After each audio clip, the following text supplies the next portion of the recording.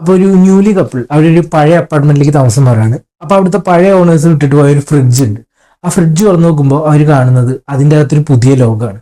Fridge തുറന്നാൽ പാലും മുട്ടയും മാത്രമല്ല, നമുക്കൊരു മുഴുവൻ സിവിലൈസേഷനെയും കാണാൻ കഴിഞ്ഞാലോ.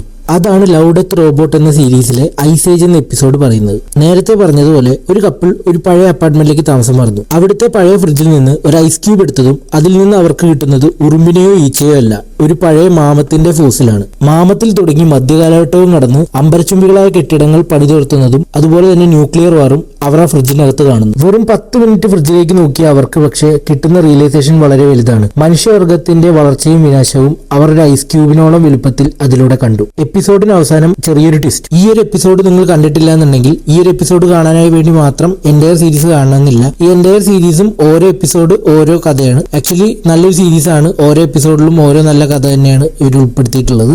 സോ കണ്ടവർ അഭിപ്രായം പറയൂ, കാണാത്തവർ കണ്ടിട്ട് വന്നിട്ട് അഭിപ്രായം പറയൂ.